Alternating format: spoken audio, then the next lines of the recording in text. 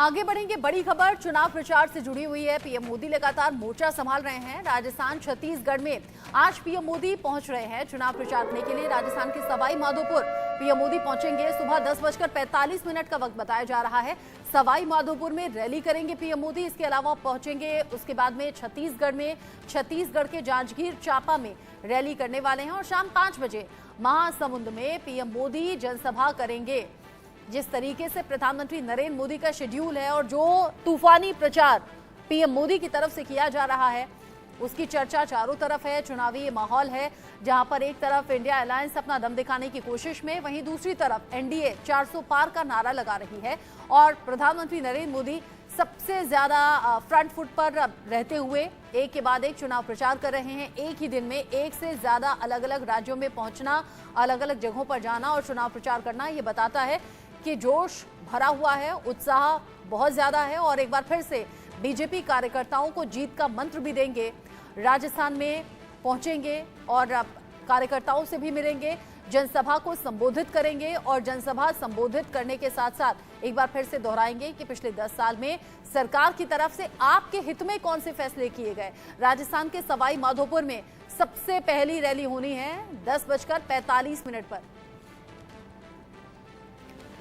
रायपुर से गौरव सिंह इस खबर को लेकर ज्यादा अपडेट के साथ जुड़ गए हैं।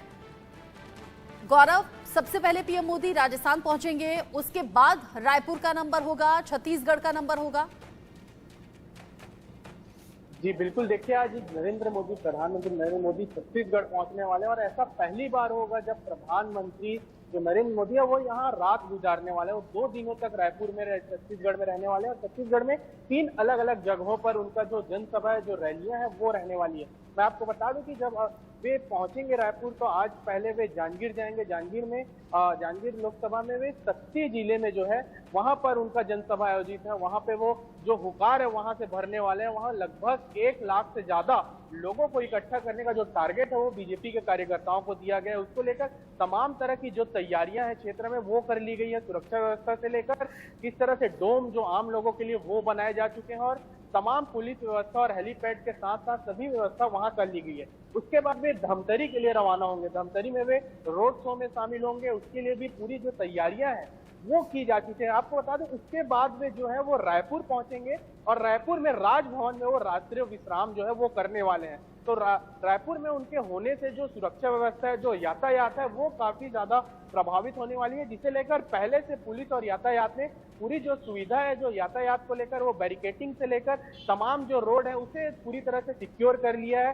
600 से ज्यादा जो जवान है वो तैनात रहने वाले हैं। उसके बाद कल वे सरगुजा के लिए रवाना होंगे और अंबिकापुर में जनसभा को संबोधित करने वाले हैं। अब लोकसभा में जो पहला चुनाव होना था बस्तर में वो हो चुका है। दूसरे चरण में 3 जो लोकसभा है वहां चुनाव होना है। उसे लेकर तमाम तरह की जो बीजेपी के बड़े नेता है, जो बड़े चेहरे हैं वो छत्तीसगढ़ पहुंच रहे हैं और लगातार बीजेपी के पक्ष में वोट मांगते हुए और प्रत्याशियों को अपने जनता के सामने रखते हुए नजर आ रहे हैं कि मोदी की गारंटी जो है, तमाम तरह के जो वादे किए गए, तमाम तरह की जो गारंटियां दी गई है उसे जन जन तक पहुंचाने का कार्य लगातार बीजेपी द्वारा छत्तीसगढ़ में किया जा रहा है।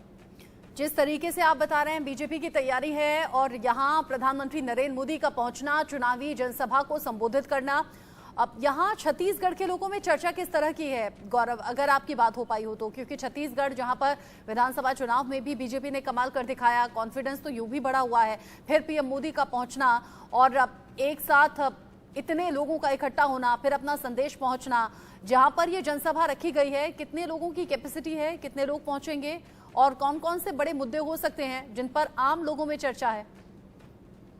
जी बिल्कुल, देखिए जैसे आपको मैंने बताया कि कार्यकर्ताओं को, जो बीजेपी के कार्यकर्ता है, नेता, उन्हें 1 लाख से ज्यादा भीड़ इकट्ठा करने के जो टारगेट है वो दिया गया। अब उस भीड़ के हिसाब से पूरी तैयारियां वहां पे हो चुकी है।